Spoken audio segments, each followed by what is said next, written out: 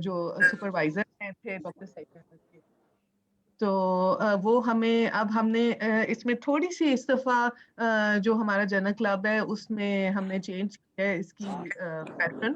उसमें सबसे पहले सर डॉक्टर सईद अहमद जो है वो पेपर का ओवरव्यू देंगे तकरीबन 15 से 20 मिनट में। फिर ब्रिगेडियर खालिद मसूद जो है हम उनसे रिक्वेस्ट करेंगे कि वो केस शेयर करें, रेलेवेंट केस अगर हमारे साथ एक शेयर करें, क्योंकि इससे थोड़ा सा इंटरेस्ट ज़्यादा डेवलप होगा। एंड फाइनली सर फिर हम आपसे ओपिनियन लेंगे, एक्सपर्ट ओपिनियन 15 मिनट के लिए ऑन द टॉपिक। वो और मेरा इन ख्याल दी इस तरह कर लें कि जब वो पेपर प्रेजेंट कर लें उसके बाद हम पेपर पे डिस्कशन कमेंट्स करके फिर केस देखेंगे। ठीक है सर, ऐसे कर लेंगे, बिल्कुल सर। क्योंकि वो ज्यादा रेलेवेंट, पेपर के साथ डिस्कशन हमने वो पेपर पे डिस्कशन करनी है नहीं, तो उसके जी बाद बिल्कुल, फिर खालिद साहब को कहेंगे कुछ अपने केस दिखाएं। जी ठीक सर। और फाइनली सर फिर हम क्वेश्चन आंसर्स लेंगे। क्वेश्चन आंसर्स मैं और डॉक्टर फैज जो है हम नोट करते रहेंगे, क्योंकि अमूमन हम लोगों को कहते हैं कि वो चैट बॉक्स के अंदर लिखते रहें, इससे थोड़ी सी आसानी हो जाती है। क्योंकि एंड में फिर क्योंकि अगर मल्टीपल लोग बात करना शुरू कर दें तो फिर कंफ्यूजन क्रिएट। सही तो है, अभी सही है। हमारे पास जी सर 5 मिनट हैं। तो ऐसे है कि डॉक्टर सईद अपना इंट्रोडक्शन करा देते हैं ताकि फिर मैं वही रिपीट करूंगी। ये जो दूसरे दो साहबान मैं देख रहा हूँ वो जरा अपना तारुफ करा दें। जी सर। अस्सलामुअलैकुम सर मैं doctor Mumtaz, children hospital Lahore से सर, पीडियाट्रिक ऑर्थोपेडिक। सही है, सही है, सही है। और दूसरे साहब जो मैं देख रहा हूँ। जी सर, एक तो अस्सलाम है। वालेकुम सर। अस्सलाम वालेकुम जी। क्या हाल है sir? I am doctor Faiz Ali Shah, editor in chief JPUA sir. Thank you sir for joining us. आजकल कितने वो जर्नल निकाल रहे हैं आप साल में? सर 4 तो अब तो मेरा ख्याल आपकी काफ़ी मतलब हिस्ट्री और ट्रैक डेवलप हो गया कि आप इसको कराएं इंडेक्स मेडिकल्स में। Yes sir, we are in process of that sir, क्योंकि उनकी जो रिक्वायरमेंट्स है तो हम उन्हीं लाइंस पे चल रहे हैं। इम्पोर्टेंट चीज़ है। जी जी। और ये जर्नल का फर्स्ट पेज है, तो इस पे आप सर देख सकते हैं ये सारी हमारी इंडेक्सेशन है। तो ये स्मॉल इंडेक्सेशन से स्टार्ट करके वो बैक पे, इससे विजिबिलिटी ज्यादा होती है। जो फर्स्ट पेज जर्नल का है, नीचे जो सारे आइकन्स या वो दिए हुए हैं, तो we are in a process के ये मतलब है कि बस इंडेक्स तक वो हो जाए तो इंशाल्लाह रिव्यू काम जारी आर्टिकल होगा। भी छाप रहे हैं आप? जी sir. Review articles? Yes sir. जी सर, हम वो कर उसकी रहे भी हैं अभी तो। यूटिलिटी है। आप देख रहे हैं बड़े बड़े जर्नल जो हैं वो एक सेक्शन रिसर्च आर्टिकल्स का होता है, एक सेक्शन रिव्यू आर्टिकल्स का होता है। जी सर, हमारे उसमें ये कि अभी 1 साल से कोई रिव्यू आर्टिकल किसी ने भेजा नहीं है, वरना अगर आप नहीं, प्रीवियस इश्यूज देख ले। अगर आप इंटरेस्टेड हो तो I can write. Yes sir, why not sir, it will be honour for us to write, you write it. आप अगर उसमें देख ले तो इवन हम case report, letter to the editor, special communications, ये सारे वो हैं। लेकिन रिव्यू आर्टिकल्स तो मतलब ये कि अभी 1 साल हो गया है कि किसी ने सबमिट नहीं करा है, वरना हम रेगुलरली छापते हैं। अच्छा, एक और मेरी सजेशन होगी, कुछ ऑर्थोपेडिक फोरम किस्म की चीज उसमें शुरू करें। कुछ मौजू हैं जो है बड़े important, but they are not technical और साइंटिफिक। मसलन ऑर्थोपेडिक ट्रेनिंग है, व्हाट वी आर डूइंग, उसमें हम जरा सेल्फ क्रिटिकल होकर एनालिसिस करें कि हम किस किस्म के लोग ट्रेन कर रहे हैं, are we doing an adequate job. तो वो एक जर्नल डिबेट का मौका मिल जाएगा।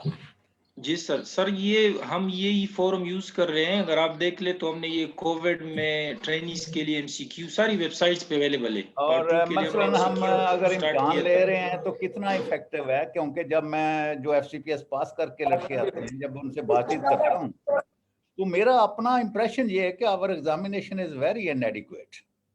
यस सर, वो उन एक्सपीरियंस चीजों विद को अस। असेस ही नहीं कर रहे जो असेस करनी चाहिए।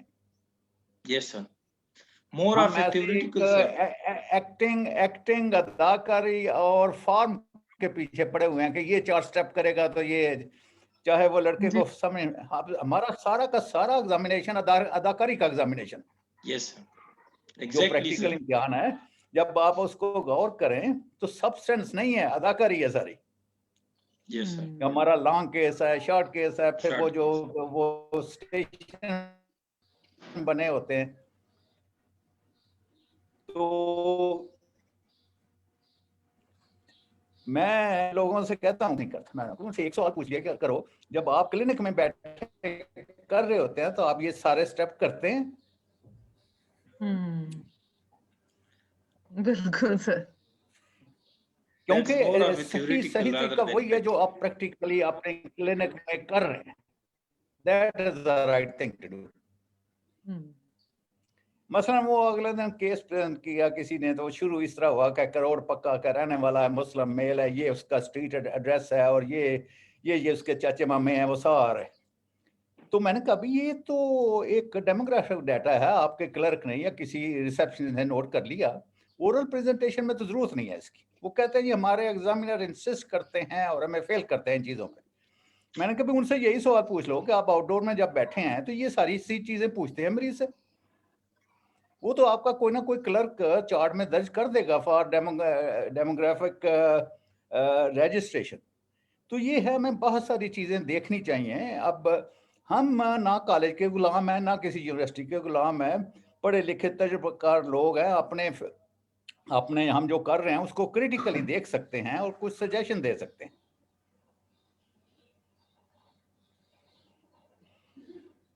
Exactly. sir. तो Ayesha you can lead on these, जो मतलब साइंटिफिक इशू नहीं है लेकिन हैं बड़े रिलेटेड, ऑर्थोपेडिक प्रोफेशन के साथ रिलेटेड हैं, इनको लीड करें। जी, बिल्कुल सर, क्योंकि वैसे तो सर जैसा अवैध साहब का बहुत ज़्यादा इंटरेस्ट है हाँ, पोस्ट ग्रेजुएट जो ट्रेनिंग प्रोग्राम्स के हवाले से, सही है, और वो थोड़ा बहुत पंजाब गवर्नमेंट ने उसका यूज़ भी किया, क्योंकि जो सेंट्रल इंडक्शन स्टार्ट हुई थी वो सारा सन ने इनिशिएटिव लिया था। तो वो एक तो आई थिंक कि एग्जामिनेशन तो टर्मिनल पार्ट है ट्रेनिंग का, तो हाँ, ट्रेनिंग को हमारा भी सारा बहुत जोर टर्मिनल पार्ट पे है जी, और ट्रेनिंग पे जोर नहीं है। बिल्कुल सर, ट्रेनिंग की क्वालिटी नहीं है।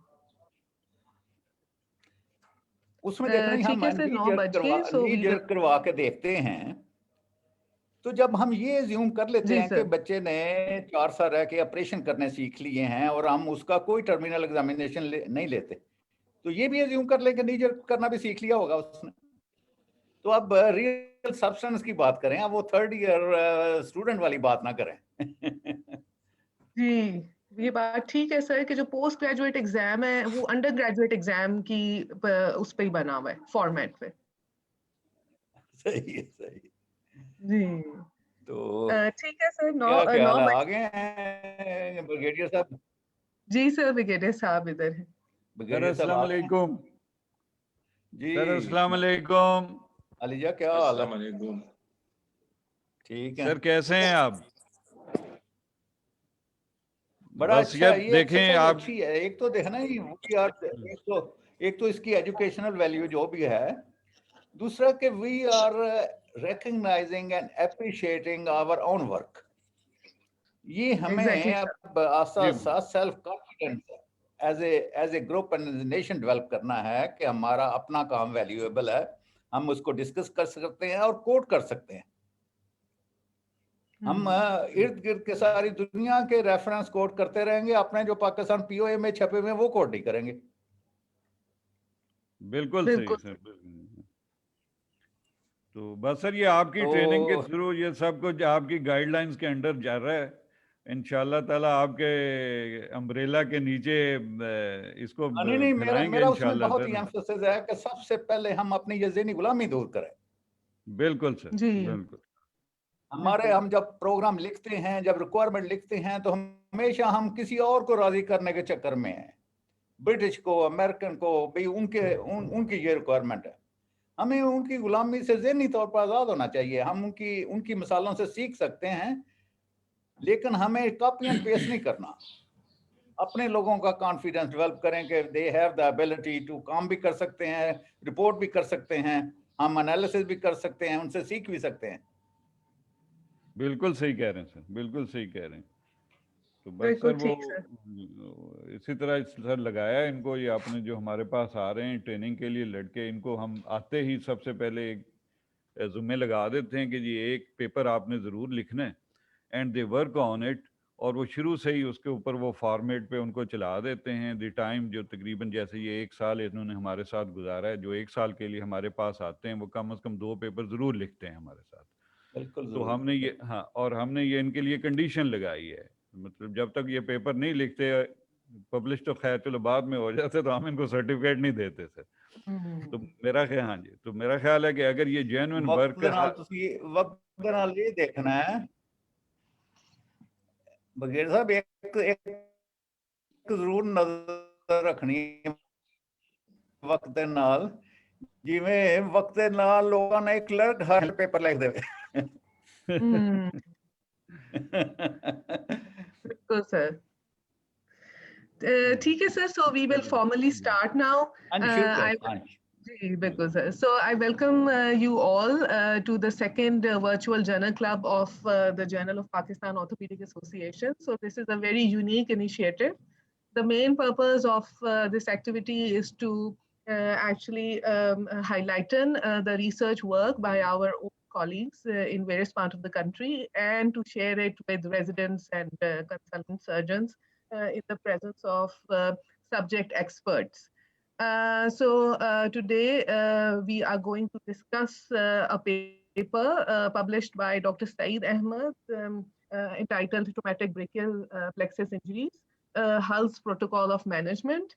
We are really pleased to have amongst us his supervisor, Brigadier Khalid Masood, who is an expert hand upper limb surgeon and director of Hull's at CMH Lahore. And we are also distinguished and honored to have amongst us Professor Tahseen Ahmed Chima, who is a professor emeritus of hand upper limb surgery. Without further ado, I will request Dr. Saeed Ahmed to kindly share his screen and start presenting. Thank you, madam. Formally start with the recitation of Holy Quran. Okay, so we will have, yes. Okay. So Saad will play a few verses from the Holy Quran, and then Dr. Saeed can share. Host right there,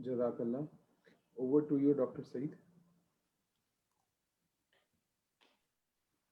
Thank you. Thanks to all my seniors and respected members of the POA. Assalamu alaikum. I am Dr. Saeed Ahmed. I am working as a senior registrar in Nisar Medical University and Hospital Multan after passing my FCPS in 2016. I have sufficient interest in hand and upper surgery. For that, I have honor to work with Brigadier Khalid Masood for nearly 1 year and for 6 months with Professor Dr. Tahseen Ahmed Chima Saab, who doesn't need any introduction in the field of hand and orthopedic surgery. Today, I feel blessed that I am sharing my experience or work in front of my teachers under their guidance. That is the traumatic brachial plexus injury health protocol management. As I have gone through the local and international database research study, there is no formulated protocol or formulated chart for the management of the traumatic brachial plexus injury, in which a lot of the patient times is wasted, and most of the patients get disappointed that there is no treatment for this disease.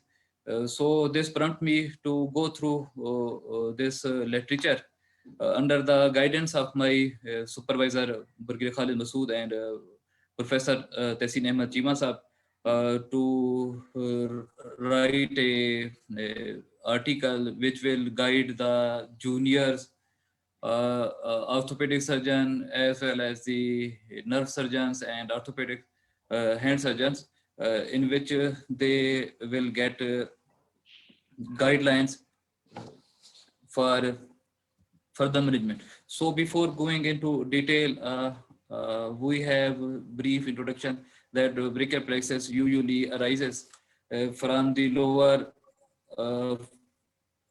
four cervical and upper thoracic nerve that usually intermingles at two levels and give rise to ultimate radial, median, and ulnar nerve branches.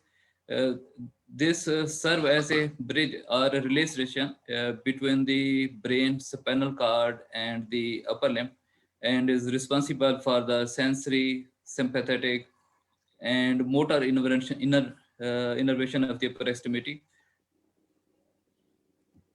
Brachial plexus injury occurs when these nerves are stretched, compressed, or in the most severe cases, ripped away or torn away from the spinal cord. Overall world incidence is 1 to 2%. But in peripheral nerve injuries, the incidence is about 8 to 10%, and majority of the cases are reported from the developing countries, and is most common in younger males between the age of 15 and 25 years. The most common cause of brachial plexus injury is a high-speed vehicular accident, out of which in 83% cases is the motorbike accident, while in Pakistan is about 72.8% is the motorbike accident. In 75 to 85% of the cases, nerve roots are avulsed, resulting in the plexus injury, while in 25 to 25% it results in the pure upper trunk injury. Lower plexus injury is seldom seen. When it occurs, it is mostly preganglion due to its peculiar anatomy. Brachial plexus is classified into three types due to its position, that is supraclavicular, retroclavicular, and infraclavicular.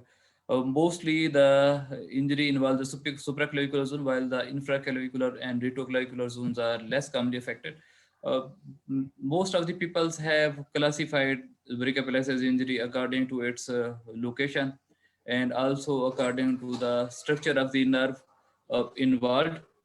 Sedan has classified into three types, that is neuropraxia, xenotomesis, and neurotomesis. Sunderland further has classified the grade type 2 of axonotmesis into 4 grades, and type 3, that is the neurotomesis, is the SIDA type, grade 5. Before going to treatment, we generally work up for baseline investigations, X-ray of the limb, X-ray of the cervical spine, NCS EMG that is routinely performed at 3 to 4 weeks, and CT myelography to show the empty foramen sign, and the MR brachial plexus to show the pseudomeningocele. There is no medical treatment for the brachial plexus injury. Only physiotherapy is to restore the tone of the muscles, to maintain the joint supple, and to maintain the strength of the muscle. Different treatment options, surgical treatment options are being employed for the management of brachial plexus injury, depending upon available resources and surgical expertise. Surgical options includes neurolysis that may be intraneural neurolysis or intrafascicular neurolysis that have own pros and cons, and primary nerve exploration with nerve repair with or without nerve graft, or nerve transfer, if any route available.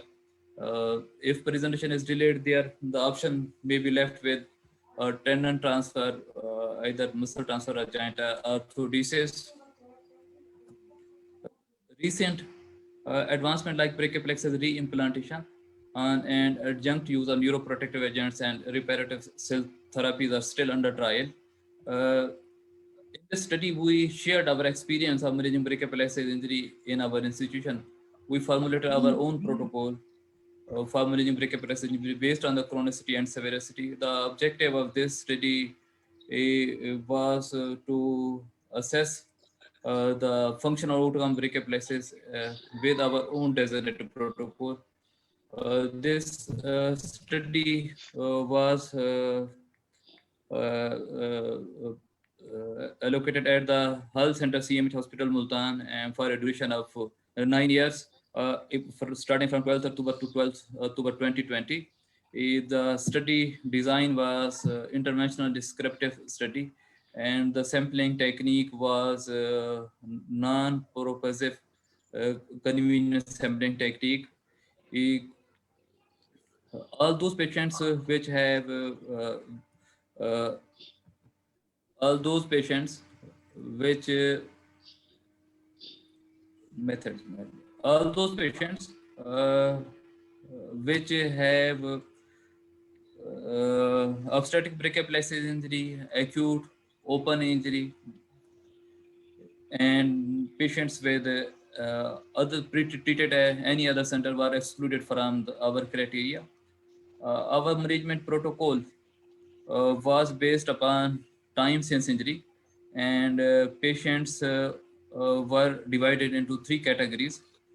In category 1, patients who are presented within 3 months of injury were clinically assessed and screened with MR brachial plexus to identify the site of injury, whether it was preganglionic or postganglionic, and patients who were with post-ganglionic injury, they were advised supervised physiotherapy and recalled after 3 months for reassessment. And if patients have good function recovery, they were continued conservative management. And if they have no recovery, brachial plexus was explored and repaired. In category 2, patients who were presented in 4 to 12 months of sustained brachial plexus injury were clinically examined and assessed for function recovery. If there was improvement, physiotherapy was continued, and they were followed up at regular intervals. If patient have no functional recovery, MRI brachial plexus was advised to confirm whether it was preganglionic or postganglionic. If it was preganglionic, nerve transfer was done, and while postganglionic injury were explored and repaired. In category 3, Patients who presented after 1 year of sustained brachiopetex injury were assessed for function recovery. If sign of improvement were present, then physiotherapy was continued and plan was conservative. If no sign of improvement were noticed, muscles or tendon transfer were done. All patients were followed up at 2 weeks interval for initial 2 months, then monthly basis on for next 6 months, and then 6 months basically for 18 months. All cases followed post-operative supervised physiotherapy, emphasizing on target muscle strengthening and joint motion. At final follow-up at 18 months, whether the patient could, at final follow-up at 18 months, functional outcome was assessed by noting whether the patient could perform routine daily work such as eating, drinking, and cleaning, brushing the teeth, combing, change of the clothes, washing, and skill tasks such as writing, painting, and driving, and use of the cell phone and laptop. Basically, we developed a questionnaire that was derived from the international classification function of the function and disability of the hand, and some from the dash scoring system. And each point was given a number, and total was 20 numbers. If a patient can achieve 15 score, he was given excellent outcome, and if he can perform 10 score, he was given fair. If 8, then poor. Functional outcome was noted whether the patient could perform routine work and skill task work. In demographic studies, we included in our including criteria 336 patients. Male were 316 due to more traveling and due to labor work, and female were 20. Right side was more involved, that was 245, and left was 91, that is 27%.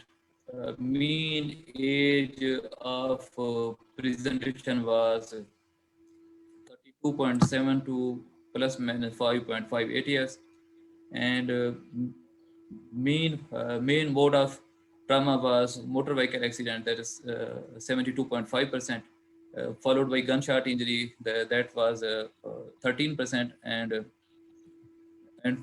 fall from height 11%, and laceration was 12%.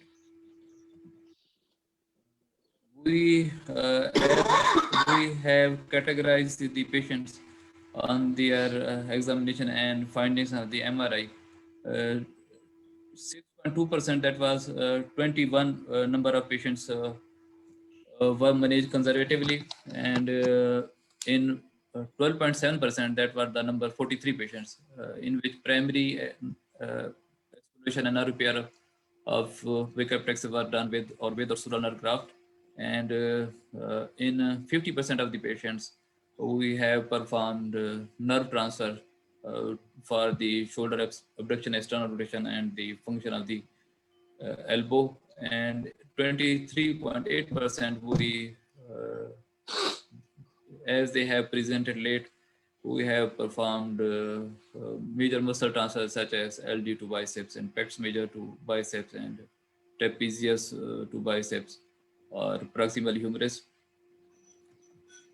In 4.7%, we achieved excellent results, and 47.3% we have good results, while in 36% results were fair, and 11.9% results were poor.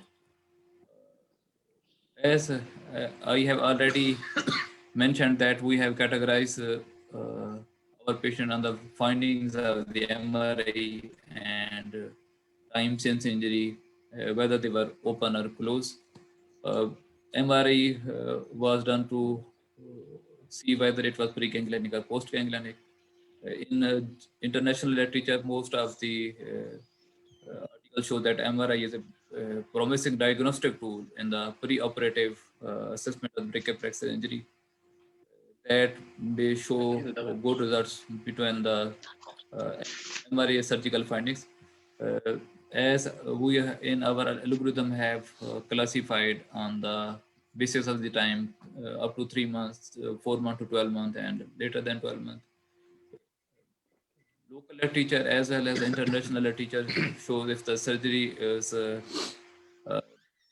delayed more than 6 months, the results are poor. In one study, Martin and his systemic review on timing of surgery, brachioplexy had shown better results of surgery if performed early. You should an optimal delay of 3 to 4 months for spontaneous recovery. Then we have to plan for surgery. Many authors are of the opinion that surgery should not be delayed more than 6 months because chronic denervation of cause the muscle atrophy, joint stiffness, and fibrosis lead to impaired functional outcome. The open brachioplexy injury were excluded from our study. Most of the patients with closed injury were in our study. As I have already explained, that outcome was based upon the functional status of the patient. That was the routine daily work as well as skill transfer. Although criteria seems to be not validated to apply and document, we believe that the clinician can best evaluate the post-operative sensory and motor performance of the patient. But the quality of life and functional status of the patient can only be judged by the patient himself. Many authors utilize variable treatment protocols for the traumatic brachioplexy injury, but all have focused on the short-term outcomes and lack patient quality of life and return to their work. In one study, ChemGlow utilized VAS and DASH scoring system and developed a questionnaire to assess the outcome of traumatic brachioplexy injury. Ahmed also used a questionnaire for the outcome of the traumatic brachioplexy injury that was formulated on the short form 36. Our results were comparable to the other published studies, emphasizing on the timing of the surgery and type of the injury. In an international study, Shoei treated 32 number of patients for traumatic brachioplexy injury and noted moderate satisfaction in 25% of the 20 patients, while quality of life that was greatly affected in 10 patients, and extreme dissatisfaction was not seen by any patient. Ahmed and other colleagues treated 31 number of the patients and concluded that traumatic brachioplexus injury involving avulsion of the roots that were repaired associated poor functional outcome. We have few limitations in our study that we were not able to document pre-surgery functional status of our participants, and the effects of the associated injuries and the healing potential of the supraclavicular and infraclavicular nerves were not compared. And the results of the individual techniques that were performed either in case of nerve repair, nerve transfer, or muscle transfer, or tendon transfer that were not compared. And we were not able to document post-operative pain and sensation of the patients. But we think that traumatic brachioplexus injury management protocols has shown excellent results in most of the patients and good functional results in majority of our patients. We found this protocol relevant, applicable, feasible, with improved clinical decision making, patient care in traumatic brachioplexus injury. Thank you. Thank you very much, Dr. Saeed, for a detailed description of your study. So before we put forward the questions, I will first request Professor Tehseen Ahmed Cheema for his comments and his expert opinion on this topic. First, allow me to share the screen. I think अपने technician को जरा बताएं कि वो आपको doctor Saeed आप unshare करें जी जी sir, now you can share this. जी करती जी जी जी, thank you.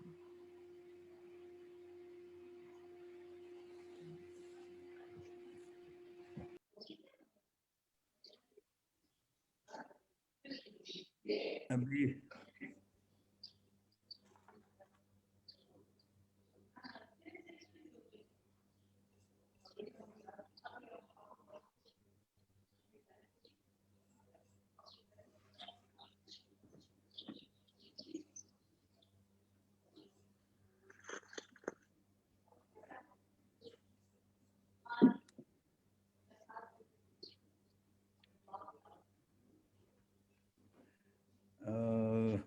let's see, I think I need some technical help.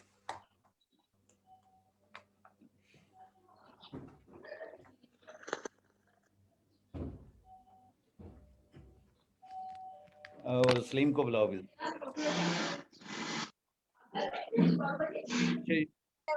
See your screen.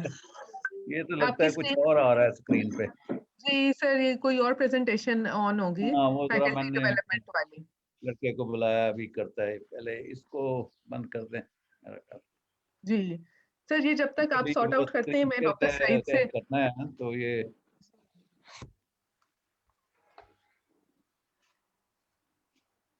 Shared है, तो क्या उधर तस्वीर जा रही है या वो तो मेरी पुरानी प्रेजेंटेशन जा रही है?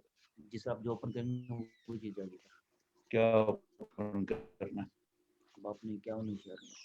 नहीं, वो इस तरह मेरी तस्वीर चली जाए, बाकी और तो की जरूरत नहीं है। I will be talking to them.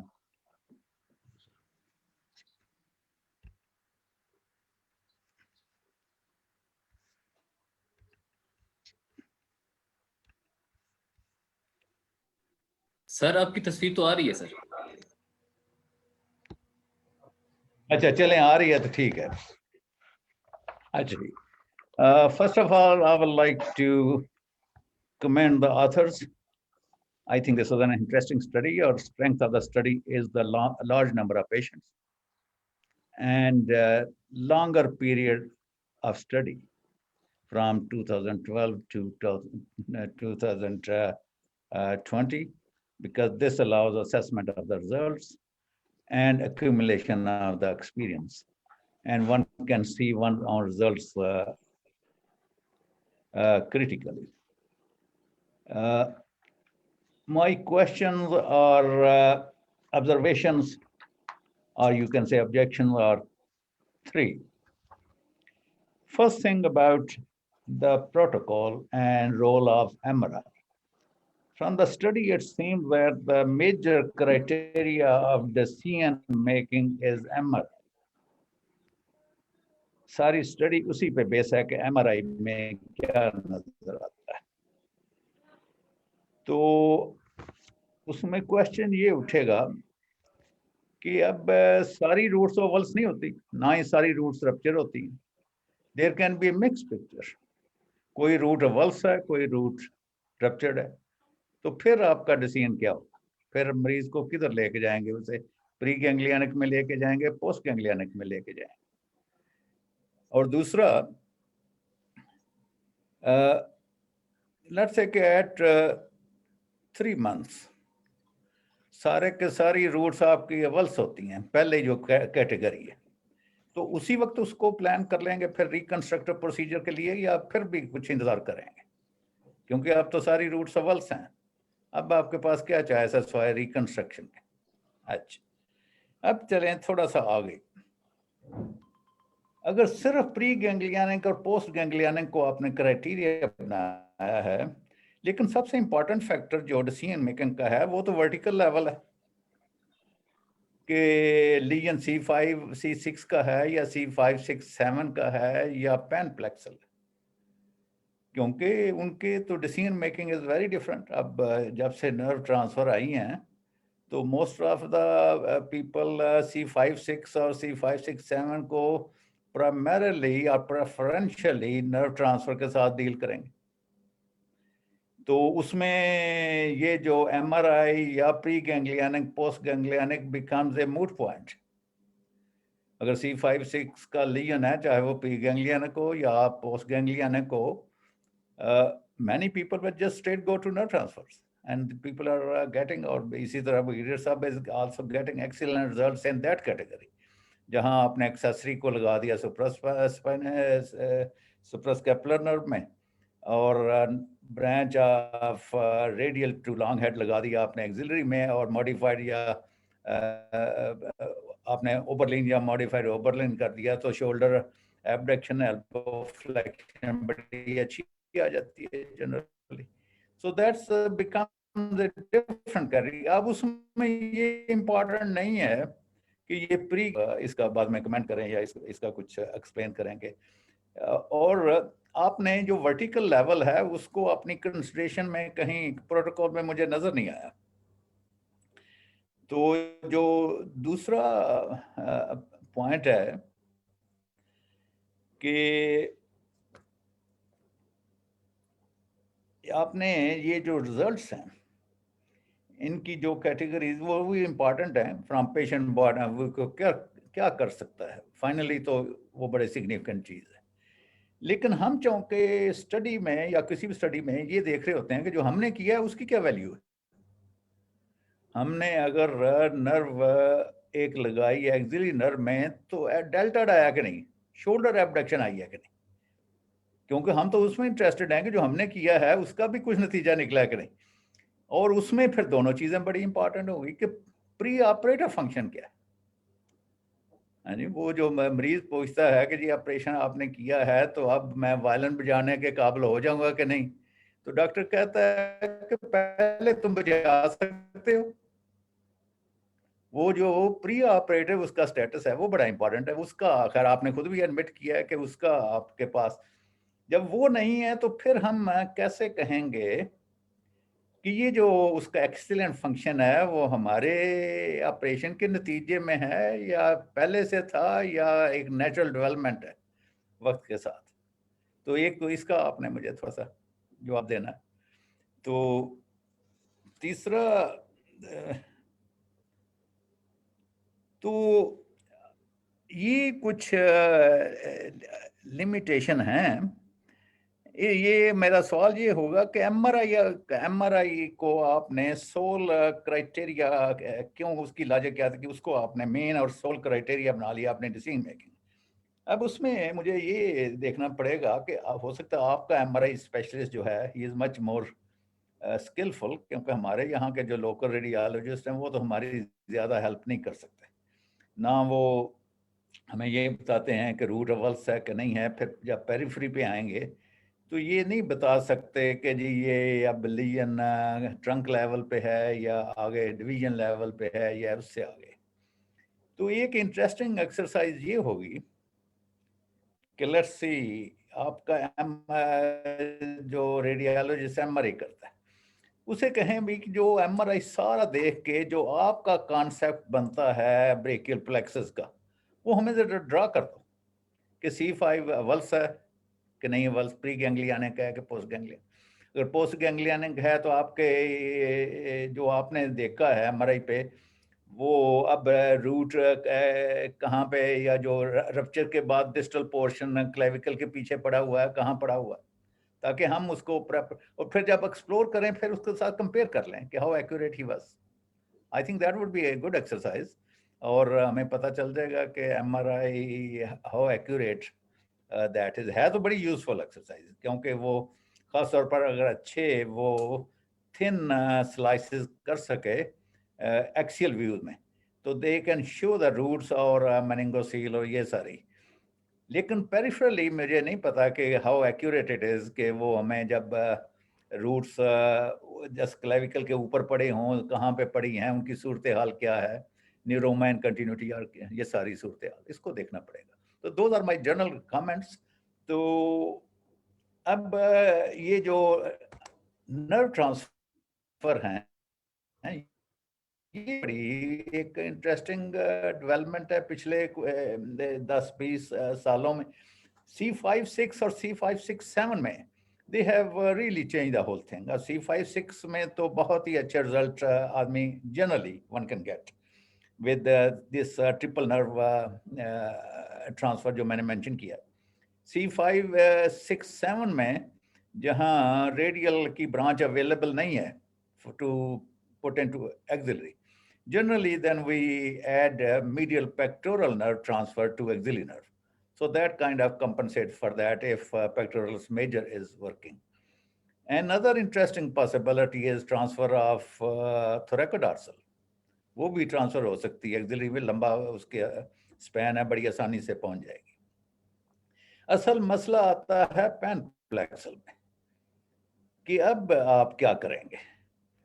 तो उसमें जो मेरे ज़हन में अब सिलसिला बन रहा है कि हमें ये करना चाहिए कि एक दफ़ा हम एक्सप्लोर करके या एमआरआई पे इस नतीजे पे पहुंच जाएं और जल्दी 3 से 6 महीने के अंदर अंदर के ये सारी रूट्स अव्वल्स हैं, चाहे एक्सप्लोर करके चाहे एमआरआई से।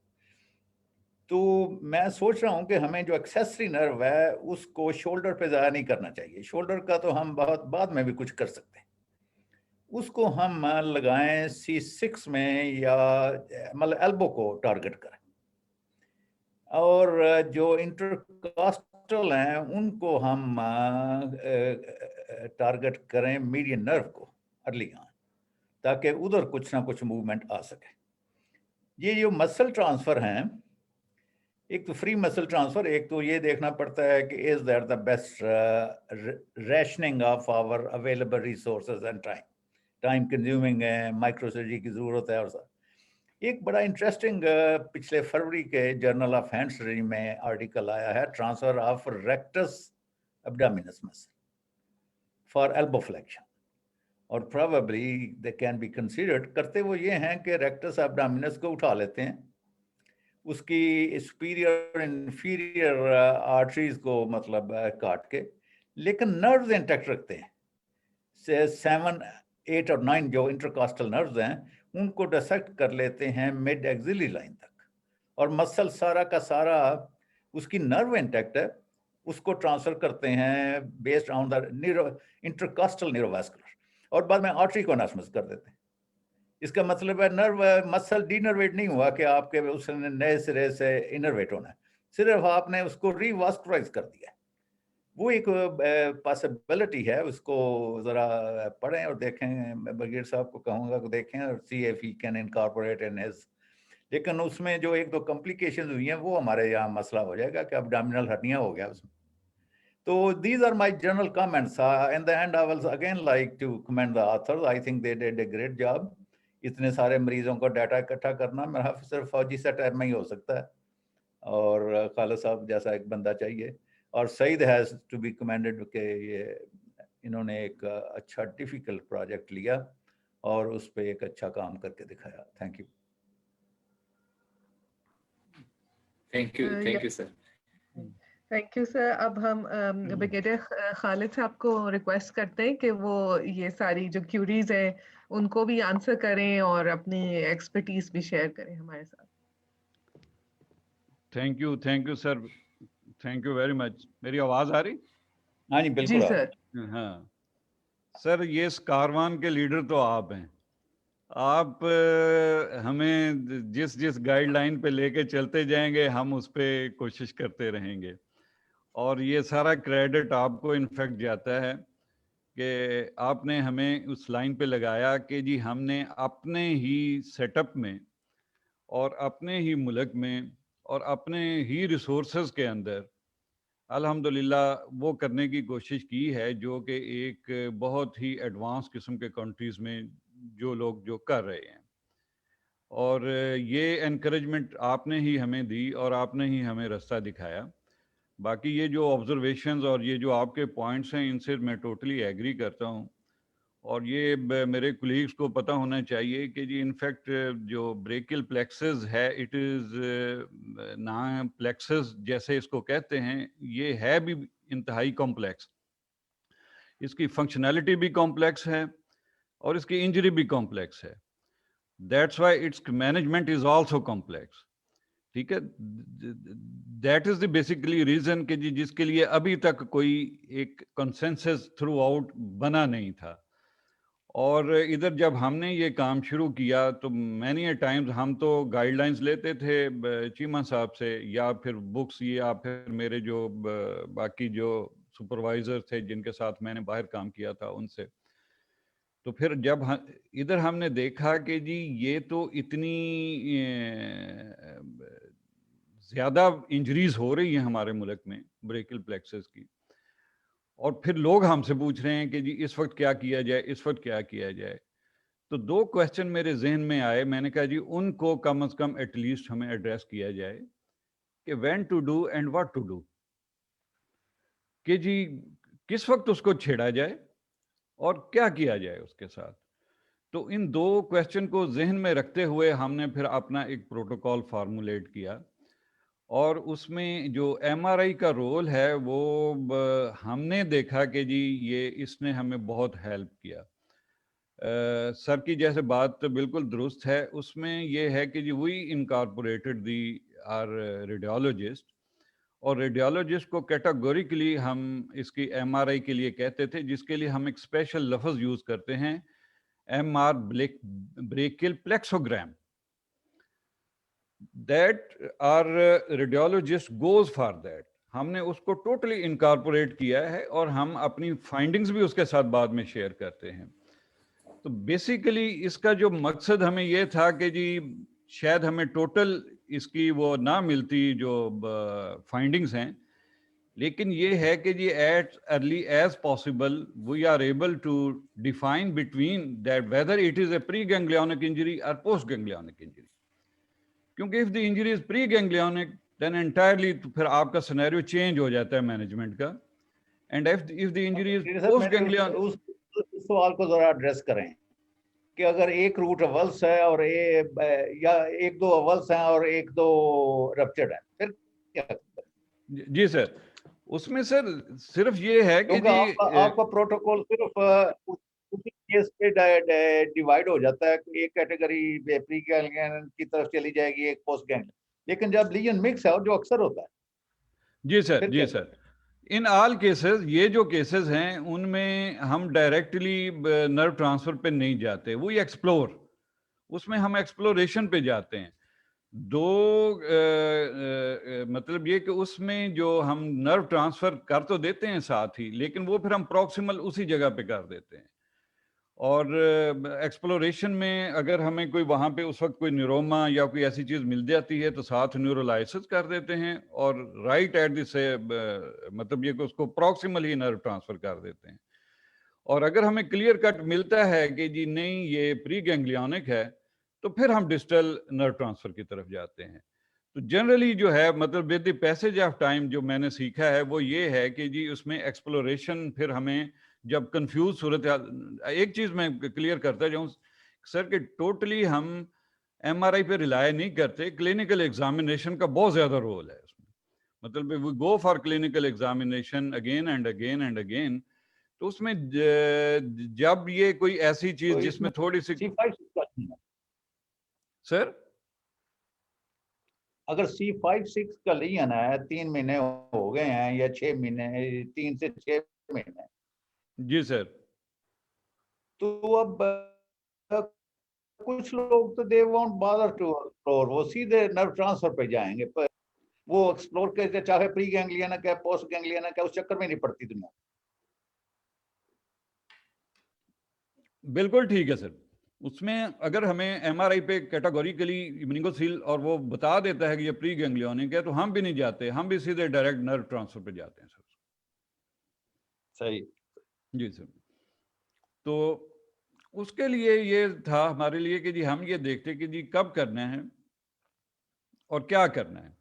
दैट्स वाई फिर इसको हमने 3 कैटेगरी में तकसीम किया कि जी पेशेंट अगर हमारे पास अर्ली आ जाता है और clear cut pre ganglionic injury है और एमआर ब्रेकियल प्लेक्सोग्राम पैन प्लेक्सस सारे आपके रूट्स एवल्स दिखा देता है, तो फिर आपके सवाल का जवाब ये है कि then there is no fun to wait. तो फिर जो उसका रिकंस्ट्रक्टिव प्लान है वो हम उसी वक्त शुरू कर देते हैं, उसकी नर्व्स जो ट्रांसफर्स का जो भी प्लान है उसका, we go for that. Yes, अगर वो पोस्ट गैंग्लियोनिक है तो फिर उसके लिए फिर वेट करते हैं, वेट करके फिर अगर फर्ज किया 3 महीने में कोई इंप्रूवमेंट आती है तो फिर फर्दर वेट करते हैं, अगर 3 महीने में इंप्रूवमेंट नहीं आती तो then we go for exploration. ये हमारा जनरली प्रोटोकॉल है। अगर लेट आता है तो फिर डेफिनेटली डिपेंडिंग अपॉन के जी क्या उसके पास उस वक्त अवेलेबल है, कौन से मसल या टेंडन अवेलेबल हैं, उसके मुताबिक फिर ट्रांसफ़र करते हैं। तो बाकी आप सर कोई फर्दर गाइड करें, जो अभी आपने बताया है ये रेक्टस एब्डोमिनस का मैंने भी पढ़ा है इसके बारे में, और कई मरतबा हमारे जहन में आया भी है कि जी हम उसको वो करके देखें, तो वी वुड लाइक हम उसको ट्राई करके देखते हैं कि जी कैसा उसका रिजल्ट आता है। तो अब मेरी सजेशन ये है कि ये आपने बहुत सारे इतने सारे केस है, इतना डाटा इकट्ठा कर लिया, इसको यहाँ पे अबेंडन ना करें। अब इसी डाटा से बहुत सारे और पेपर निकल सकते हैं, क्योंकि then you can look into results of specific procedures. जी अभी हम उसी पे ही काम कर रहे हैं सर, ये जो हमारी आउटकम हम दे रहे हैं ना, अभी हम इसके स्पेसिफिक प्रोसीजर्स पे पेपर्स लिख रहे हैं। हमारे कोई 7-8 पेपर्स जो है ना वो अभी इसमें हैं, लिखे जा रहे हैं। बेसिक डाटा इकट्ठा हो जाए तो उससे कई पेपर निकलना चाहिए। जी सर, तो we are working on it, we are doing that. बड़ा अच्छा है, वेरी गुड जॉब। जी सर, सर मेरा भी एक क्वेश्चन था रिगार्डिंग जो आपने इसमें फंक्शनल आउटकम स्कोर आपने ये मेंशन किया डॉक्टर सईद ने कि बेसिकली डैश स्कोर, और आपने जो बिकॉज जो फंक्शनल आउटकम स्कोर होते हैं एक तो क्लिनिशियन बेस्ड होते हैं या फिर पेशेंट बेस्ड होते हैं। तो आपने बताया कि आपने 2 स्कोर्स को इकट्ठा किया लेकिन वो कोई वैलिडेटेड स्कोर नहीं है। So why didn't you just rely on the already existing scores like dash score जो कि hand upper limb के लिए बड़ा, या और similar बहुत सारे scores हैं। So आपको 2 scores combine करने की जरूरत थी। सईद बताओ भाई। जो बेसिकली ना मैडम जो डैश स्कोरिंग सिस्टम है ये भी 20 पॉइंट्स पे है, और international classification function and disability of the hand and four arm वो मोर देन 100 उस पे है। तो वो जो मतलब हमारे लिए जो आसान थे, या पेशेंट को भी कन्वे करना और उसको समझाना कि आप ये वाकई ये काम कर सकते हैं। अब क्योंकि हमने पहले मेंशन किया अपनी स्टडी में कि हमें उसकी प्री ऑपरेटिव या उसके असेसमेंट का तो कोई इल्म नहीं है ना, कि वो पहले कैसे कोई फंक्शन परफॉर्म कर सकता था या नहीं कर सकता। तो हमने वो पॉइंट्स लिए, या वो एक तो पेशेंट आसानी से समझ सके, उसको कन्वे करना आसान हो, और हमें भी असेस करना आसान हो। ठीक ठीक। And since like it was a huge data 336 patients, तो इसमें जो बेसलाइन डेमोग्राफी है उसमें आपने ये अगर आप हमें इसमें ऐड कर देते कि एसोसिएटेड इंजरीज क्या कॉमन थी ब्रेकियल प्लेक्सस इंजरी के साथ, तो आई थिंक वो भी जरा यूजफुल इंफॉर्मेशन थी। तो आप अपने एक्सपीरियंस से हमें कुछ बता सकते हैं कि मोस्ट कॉमन एसोसिएटेड इंजरीज क्या होती हैं? जी इनमें जो ब्रेकियल प्लेक्सस इंजरी का पेशेंट आता है वो मोस्टली या तो क्लेविकल के फ्रैक्चर के साथ आएगा, या proximal shoulder dislocation with fracture dislocation के साथ आएगा, या जो है ह्यूमरस, ये मोस्टली उसकी अपर लिम्ब की ही इंजरी होती थी। और जो अपर लिम्ब की इंजरी हैं, अगर हम इनको सबको इंक्लूड, जैसे हमने पहले भी जिक्र किया कि हम जो ओपन इंजरी थी वो तो हमने सारी निकाल दी, सिर्फ जो क्लोज इंजरी थी उनको हमने अपने स्टडी में शामिल किया। ठीक ठीक। And did you experience any pediatric patients? नहीं मैडम, हमने तो पेशेंट आते हैं, जरूर आते हैं, लेकिन हमने तो अपने इंक्लूडिंग क्राइटेरिया में रखा ही नहीं उनको। वो हमारा एक्सक्लूड किया था। पीडियाट्रिक पेशेंट्स की एक अलग हिस्ट्री है, क्योंकि वो मोस्टली पीडियाट्रिक पेशेंट जो है वो ऑब्स्टेट्रिक इंजरी के साथ आते हैं। वो तो ऑब्स्ट्रेक्टिव हाँ जी बिल्कुल। तो वो ये कि उनका हमारी एक अलग स्टडी बन रही है, तो वो उनको हमने बच्चों को इसमें शामिल नहीं किया। एक ब्रिगेडियर साहब और ऐशा और बाकी जो लीडरशिप है ना, इमर्जिंग लीडरशिप इधर तवज्जो देनी चाहिए कि public awareness about the motor bike. जैसे वो टोके के लिए अवेयरनेस बड़ी जरूरी है, इसी तरह मैं कहता हूँ मोटरसाइकिल है शैतान की इजाद। ये हम शोर मचाते रहते हैं, टेररिज्म, सारे टेररिज्म के केसेस इकट्ठे कर लें, मोटरसाइकिल की इंजरीज उससे ज्यादा है। तो that is really terrorism against the humanity. और उसमें अवेयरनेस, ये हेलमेट जो है वो जिसका इतना शोर मचता है वो हेड इंजरी तो बचा देगा, ब्रेकियल प्लेक्सस नहीं बचाएगा। ब्रेकियल प्लेक्सस हो सकता है उससे ज्यादा और भी ज्यादा हो जाए। तो ये एक बहुत, और मसला ये है कि ये मसला ऐसा है कि हम as a profession we are not ready for it, ना रिसोर्सेज हैं। 6-7 घंटे का जब अगर आपने एक्सप्लोरेशन और मल्टीपल नर्व ट्रांसफर एक ही वक्त में करने की कोशिश करें, 6-7 घंटे का प्रोसीजर, आपका सारा दिन लग जाएगा उस पर। और होती गरीब बंदे में अफोर्ड वो कर नहीं सकता, and he is the only bread winner of his family most of the time. So it's a devastating social, इसके जो सोशल कॉन्सिक्वेंसेस हैं डेविस्टेटिंग। एक पूरी की पूरी फैमिली बर्बाद हो जाती है। और जब उनसे पूछते हैं कि भी क्या सबक सीखा है, तो दे हैवंट लर्न एनीथिंग। मैंने कहा भाई वो सकना। तो that is the state of mind. ये हमें एक कुछ कंपेन चलानी चाहिए। अगर हम Ashraf Nizami has a special talent for these kind of thing, उसको साथ इन्वॉल्व करें, बिल्कुल कुछ सर। पॉलिटिशियनों को कुछ टीवी पे शो करें, ये बताएं लोगों। ये एक बड़ी ही हमारी जिम्मेदारी है। जनरली मैं तो चूंकि आई जनरली अवॉइड जो सेल्फ प्रोजेक्शन और टीवी और इंटरव्यू, मैं तो उधर जाता नहीं हूँ, लेकिन अशरफ निजामी और कई और लोग हमारे दोस्त हैं जो बड़ा अच्छा टैलेंट रखते हैं इन चीजों का। तो ये करने वाला काम है, स्वाब का काम होगा। जी बिल्कुल बिल्कुल सर। बिल्कुल बिल्कुल totally agree sir. Most injuries जो है तकरीबन जो 90% आती हैं वो मोटर बाइक रिलेटेड ही हैं सर उसमें सर।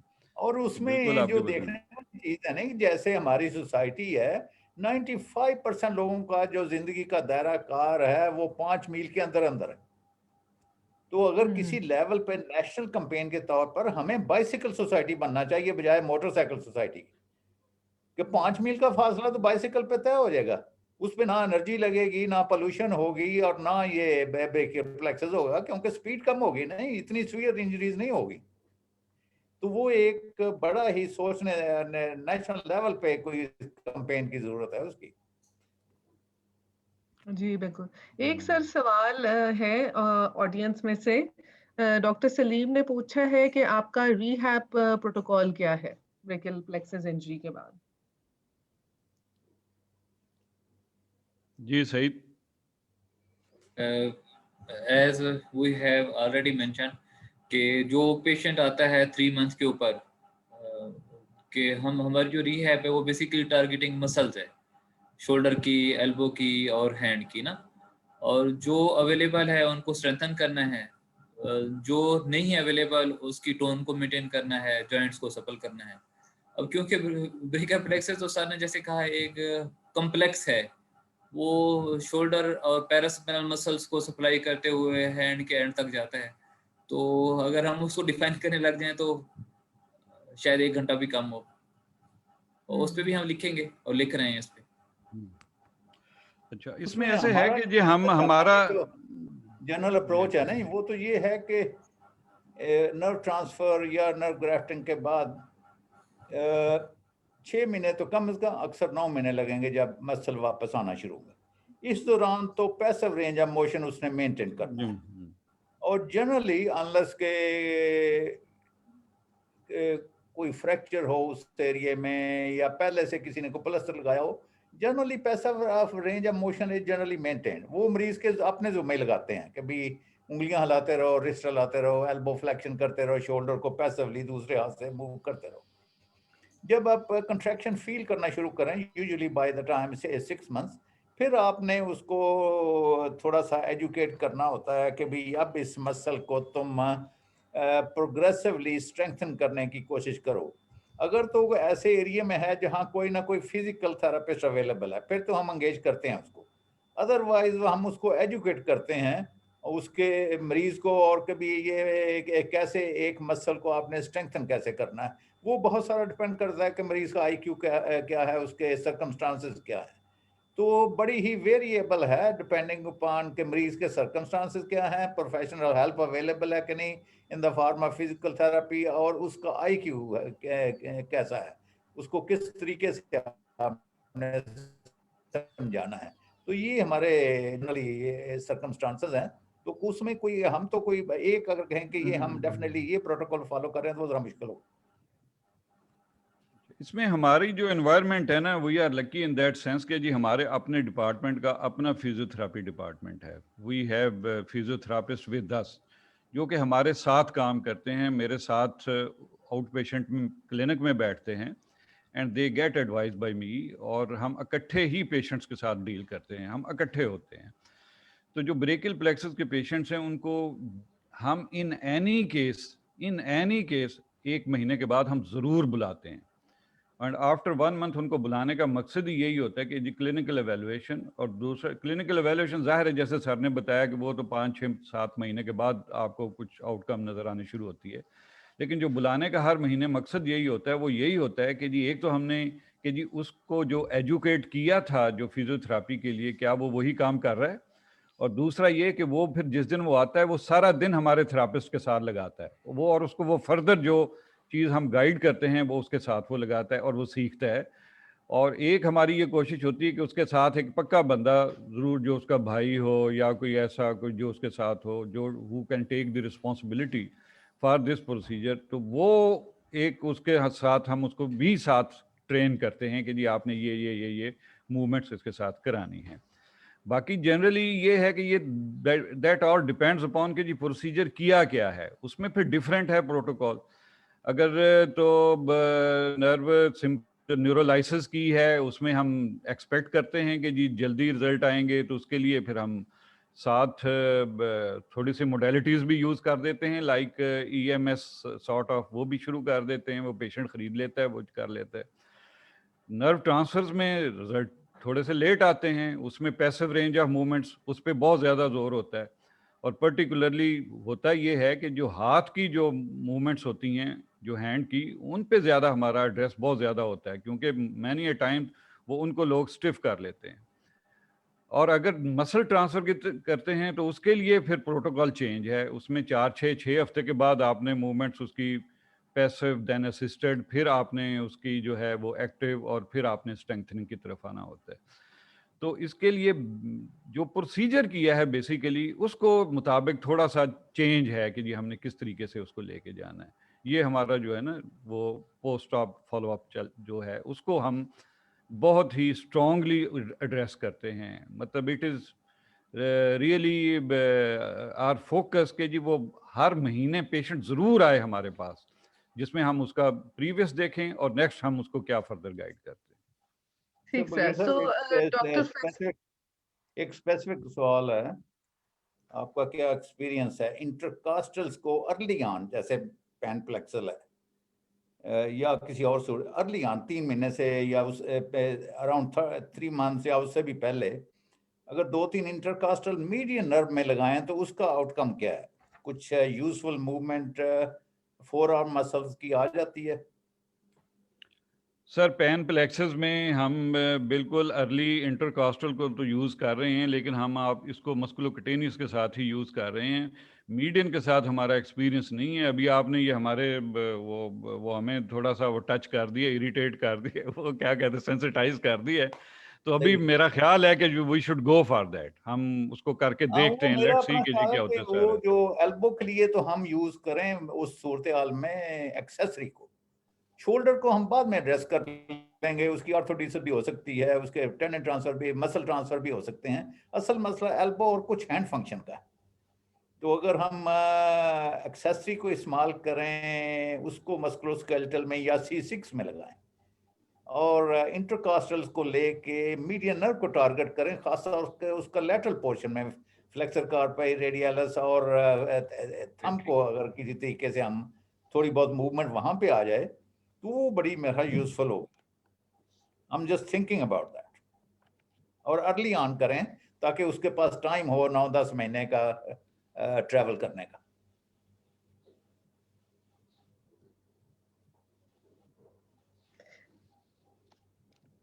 डॉक्टर खालिद का मुझे लगता है sir internet connection, doctor Faisal Nazir Hussain है, वो एक सवाल पूछना चाह रहे हैं, तो काइंडली इनको जरा साद आप अनम्यूट कर दें।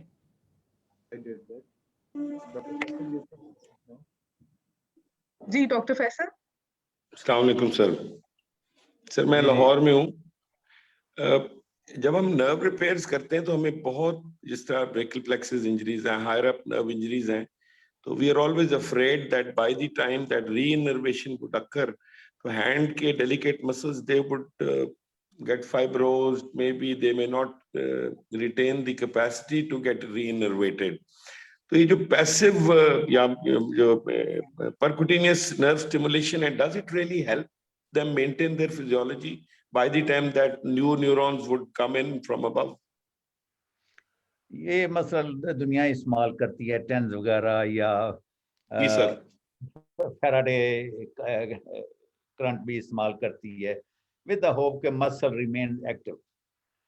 तो उसकी कुछ साइंटिफिक एविडेंस तो नहीं है, एम्पिरिकल वैल्यू है कि जी शायद यूजफुल है कि मसल को चले एक्टिव रखें जब तक के ऊपर से एक्सन आ नहीं जाते।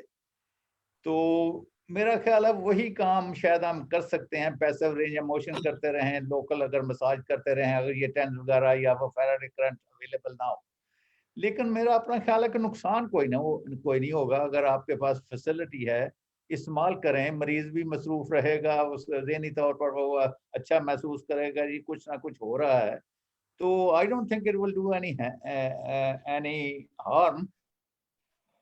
एक्चुअल मसल फिजियोलॉजी में कुछ फर्क पड़ेगा नहीं, आई एम क्वाइट डाउटफुल। और वो जो एविडेंस लिटरेचर में है वो भी ऐसे बड़ी पार्शियल सी एविडेंस है। तो ये थैंक यू सर। एक छोटी सी चीज और मैं पूछ सकता हूँ अगर आप इजाजत दें तो? जी सर, ये whenever we do these nerve repairs and नीचे वाला मसल जो अभी डिस्टल होता है और वो रीइनर्वेट नहीं हुआ होता, उसमें फेसिकुलेशंस आ जाती हैं कई दफा, इंट्रिंसिक वगैरह में बात तो EMG पे तो फेसिकुलेशन होंगी, that is sine of denervation. नहीं, क्लिनिकल फेसिकुलेशंस कई दफा नजर आ रही होती हैं। Is it a good sign और या does it give us more hope? और उनका चले जाना कुछ क्लिनिकल सिग्निफिकेंस है उनकी सर? नहीं, तो थोड़ा सा दर्द हो तो दैट्स ए गुड साइन। वो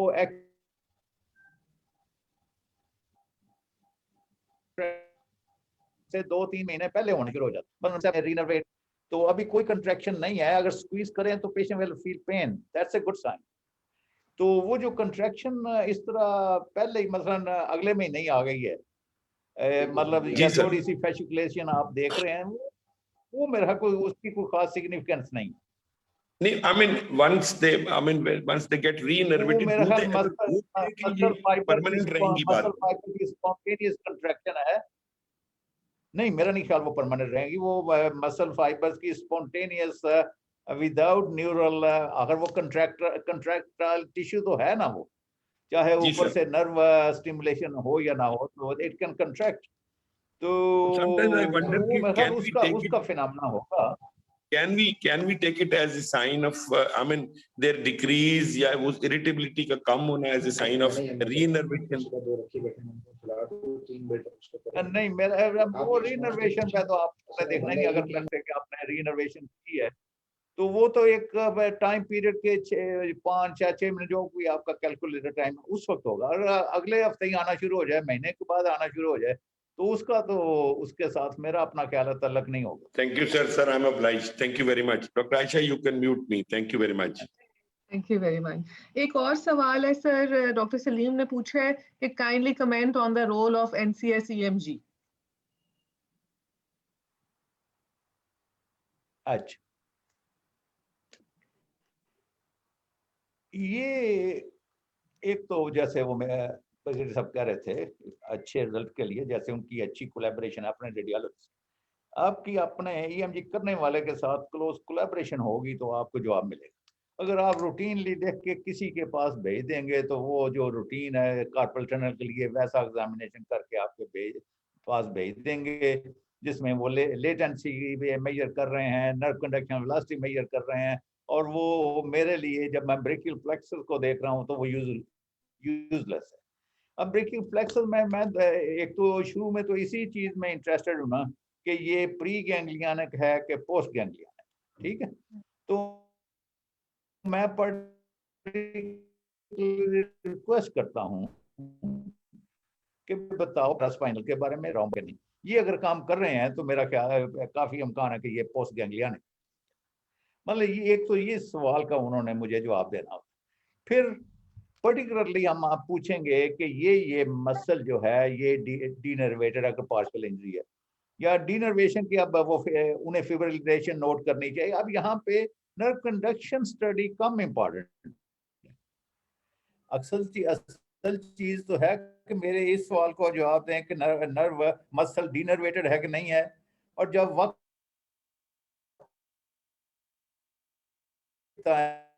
कि नर्व रीनर्व, तो ये चीजें इंपॉर्टेंट है। अब इसमें जो इंपॉर्टेंट चीज है ना कि अगर पेशेंट पैरालाइज है, मसल पैरालिसिस है और इनसेंसेट है, लेकिन उसका सेंसरी जो पोटेंशियल है वो इंटैक्ट है, तो that's a bad sign, that's a sign of preganglionic injury. वो याद रखना जरूरी है, क्योंकि उसका सेल चूंकि डॉर्सल गैंग्लियन में है, तो वो जो सेंसरी सेल हैं या एक्सन है वो उनमें वलेरियन डिजनरेशन नहीं होगी, तो they will be able to pass a current और आपका सेंसरी एक्शन पोटेंशियल इंटैक्ट होगा, and that's a bad sign. जब मरीज इनसेंसेट भी है और मसल उसकी पैरालिसिस भी है, तो that's generally a sign of preganglionic injury. तो बाकी नर्व कंडक्शन स्टडीज इसमें इतनी यूजफुल नहीं होती। जब आप एक्सप्लोर कर रहे हो तो उस वक्त अगर आपके पास इंट्रा ऑपरेटिव फैसिलिटी है न्यूरोफिजियोलॉजिकल स्टडी की, उसमें देखना होता है कि अक्रॉस द न्यूरोमा करंट जा सकता है कि नहीं, कुछ इस तरह की चीजें हैं। बाकी असल चीज है science of denervation and sign of innervation, और उस पे आपने स्पेसिफिकली गाइड करना है उसको कि क्या कौन सा मसल देख रहे हैं। मतलब हमने ये ट्रिपल नर्व ट्रांसफर किया है, हमने टारगेट किया है सुप्रास्पाइनेटस को, डेल्टॉइड को, बाइसेप्स, तो मैं स्पेसिफिकली लिख के भेजूंगा कि मुझे ये बताएं कि बाइसेप्स और ट्राइसेप्स और सुप्रास्पाइनेटस उनमें कुछ साइन ऑफ रीनर्वेशन है कि नहीं, फिर मेरे लिए वो यूजफुल होगा। अदरवाइज तो देखना ये उसमें वही है असूल कि अब एक्सरे के लिए हम रेडियोलॉजिस्ट पे डिपेंडेंट नहीं है, ना ही उनकी रिपोर्ट कभी हम पढ़ते हैं। इसी तरह अगर हम ब्रेकियल प्लेक्सस का काम कर रहे हैं तो we should be able to interpret EMG nerve conduction studies ourself. ये जरूरी चीजों का पता होना चाहिए। अगर आप एक टेस्ट इंटरप्रेट नहीं ना कर सकते, वो करवाने का भी कोई फायदा नहीं है, वो स्वाय मरीज के खर्चे के कुछ हासिल नहीं होगा। तो अगर आपने ये काम करना है तो ये इसी तरह वो हमारे सीटी स्कैन में बारे में कहता हूँ कि रेडियोलॉजिस्ट को वो जो हमारे पास एडवांटेज है क्लिनिकल इंफॉर्मेशन का, वो उसे अवेलेबल नहीं है। तो इन सारी चीजों के बारे में हमें खुद सीखना चाहिए कि हमने ईएमजी नर्व कंडक्शन स्टडीज को कैसे इंटरप्रेट करना। एक ये लास्ट क्वेश्चन है सर, डॉक्टर वकार आलम ने पूछा है कि what is the role of medical treatment in grade 1 injuries. Medical treatment mean non surgical? जी सर। मेरा ख्याल है कि रोल तो यही है कि वो वक्त हमारा सबसे बड़ा सहारा है, और वक्त के साथ वक्त ग्रेड 1 है तो ठीक हो जाएगी, और क्रेडिट सारा सर्जन को जाएगा, है वो नेचर का अपना काम। और उसमें देखने हमें जैसे फ्रैक्चर है, अब healing is a natural process, इधर हड्डी टूटी इधर हीलिंग शुरू, और हम सब की रोजी उस एक नेचुरल प्रोसेस से हमारी रोजी बनी हुई है। तो तो अब ग्रेड 1 इंजरी है, उसने ठीक होना ही होना है। तो उसमें हमें शुक्र अदा करना चाहिए कि वो अब मरीज कहेगा डॉक्टर साहब ने कमाल कर देता। ठीक sir, thank you very much sir. तो बड़ी फ्रूटफुल डिस्कशन हुई है। मैं we will conclude, doctor Faiz Ali Shah जो हैं फाइनल कमेंट्स देंगे, एंड हम इंशाल्लाह अब नेक्स्ट महीने we will come up with a new topic. Well, thank you very much. I'm really thankful Professor Tehseen Cheema, Brigadier Khalid and Saeed, and hopefully we will continue. And I'm thankful to Dr. Aisha Saad for his providing this Zoom, and I really thank you and wish you a very happy Sunday. Thank you very much. Thank you very much. Very good. Thank you. Okay, sir. Okay.